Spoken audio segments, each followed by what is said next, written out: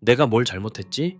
하는 생각 요즘 부쩍 들지 않으신가요? 좋은 아빠, 듬직한 가장이 되려고 내 청춘 다 바쳤는데 막상 40대 중반, 50대를 바라보는 지금 내 손에 남은 게 뭘까요?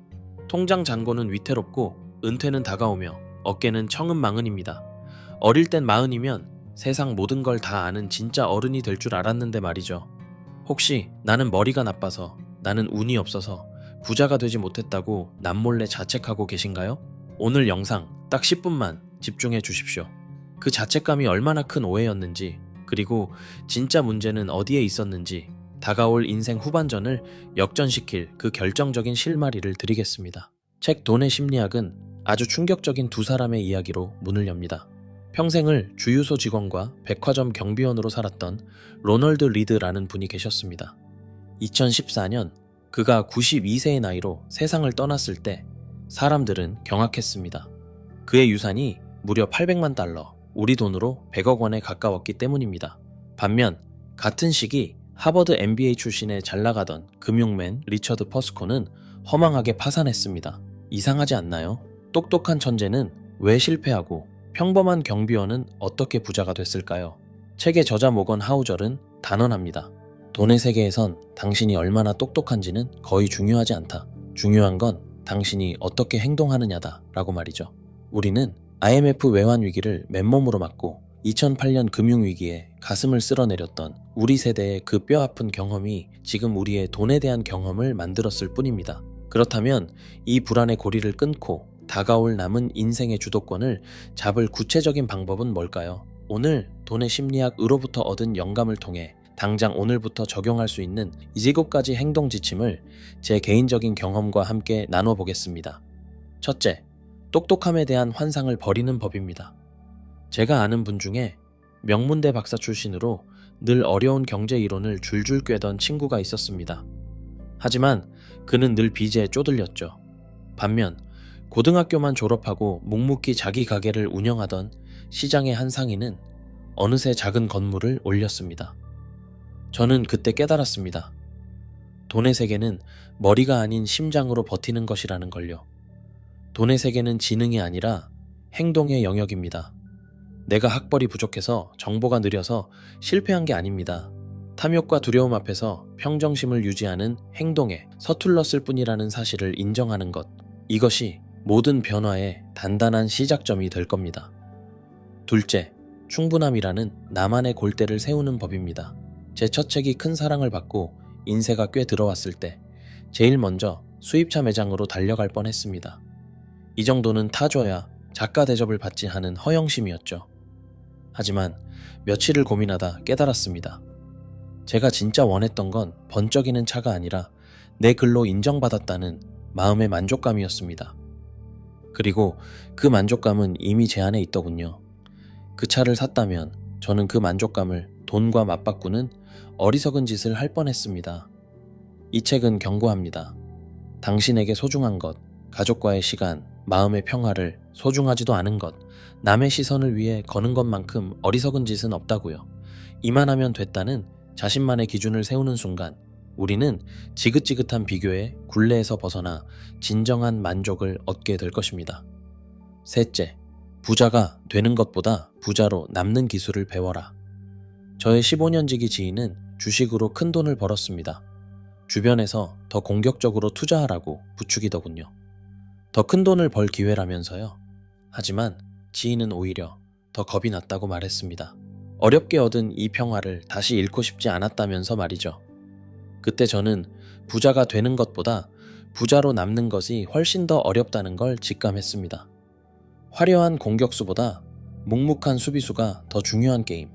그게 바로 우리 40대 이후에 인생 후반전에 가져야 할 태도가 아닐까 생각합니다. 돈을 벌려면 리스크를 감수해야 하지만 돈을 지키려면 오히려 겸손해야 합니다. 화려한 성공보다 중요한 것은 어떤 위기에도 무너지지 않는 생존 능력이기 때문이죠. 넷째, 시간의 진짜 주인이 누구인지 깨닫는 법. 제 서재 구석에는 20대 시절 월급날 재미삼아 사두고 잊어버렸던 낡은 증권 계좌 하나가 있습니다. 얼마 전 우연히 열어보고 깜짝 놀랐습니다. 제가 그동안 밤새워 글을 써서 번 돈보다 그 계좌에서 조용히 불어난 돈이 더 커져 있었기 때문입니다. 저는 그때 알았습니다. 돈의 진짜 주인은 내가 아니라 그저 묵묵히 흘러간 시간이었다는 것을요. 워런 버핏 자산의 95% 이상은 그가 65세 이후에 벌어들인 것입니다. 복리는 시간이란 땔감을 먹고 자라는 불과 같습니다. 우리가 할 일은 그저 좋은 자산에 불을 붙여두고 시간이 제 역할을 하도록 끈기 있게 기다려주는 것뿐입니다. 다섯째, 절반은 틀려도 괜찮다고 스스로를 용서하는 법. 제가 글을 쓸 때도 마찬가지입니다. 한 권의 책에는 수십 개의 문장이 있지만 독자들의 마음에 남는 건 단 한두 문장일 때가 많습니다. 그렇다고 나머지 문장들이 실패한 걸까요? 아닙니다. 그 평범한 문장들이 있었기에 빛나는 한 문장이 탄생할 수 있었던 겁니다. 앞서 언급한 투자의 대가 워런 버핏조차 수익의 대부분을 단 10개의 종목에서 얻었습니다. 괜찮습니다. 모든 결정에서 이기려 하지 마십시오. 몇 번의 큰 성공이 수많은 작은 실패들을 덮어줄 겁니다. 여섯째, 돈으로 물건이 아닌 자유를 사는 법입니다. 얼마 전 아주 큰 돈이 걸린 프로젝트 제안을 거절한 적이 있습니다. 분명 솔깃한 제안이었지만 제 마음이 내키지 않았기 때문입니다. 예전 같았으면 가족을 위해라며 억지로 했을 겁니다. 하지만 아니오라고 말할 수 있었던 그 순간 저는 제가 진짜 부자가 되었음을 느꼈습니다. 하기 싫은 일을 하지 않을 자유. 그것만큼 짜릿한 건 없더군요. 이것이 오늘 이야기의 핵심이자 우리가 얻게 될 최고의 보상입니다. 돈이 주는 가장 큰 배당금은 내 시간을 내 뜻대로 쓸 수 있는 능력입니다. 일곱째, 돈의 주인이 아닌 파트너가 되는 법. 우리는 돈을 완전히 통제할 수 있다고 착각합니다. 저 역시 그랬습니다. 제 의지대로 돈을 벌고 쓰고 불릴 수 있다고 믿었죠. 하지만 돈은 마치 변덕스러운 날씨와 같습니다. 어떨 땐 햇살을 비추지만 예고 없이 폭풍우를 몰고 오기도 하죠. 돈의 주인이 되려 하지 말고 그 특성을 이해하는 좋은 파트너가 되십시오. 우리는 단지 돈이 가진 힘을 빌렸을 뿐이라는 겸손한 태도를 가질 때 비로소 돈과의 관계가 편안해질 겁니다. 여러분, 늦지 않았습니다. 오히려 지금이야말로 모든 것을 바꿀 최적의 시기입니다. 지난 20년간 땀 흘려 쌓아온 경험과 연륜, 그 수많은 실패의 기록들이야말로 그 어떤 이론서보다 강력한 여러분만의 자산입니다. 이제 필요한 건 딱 하나, 관점의 전환입니다.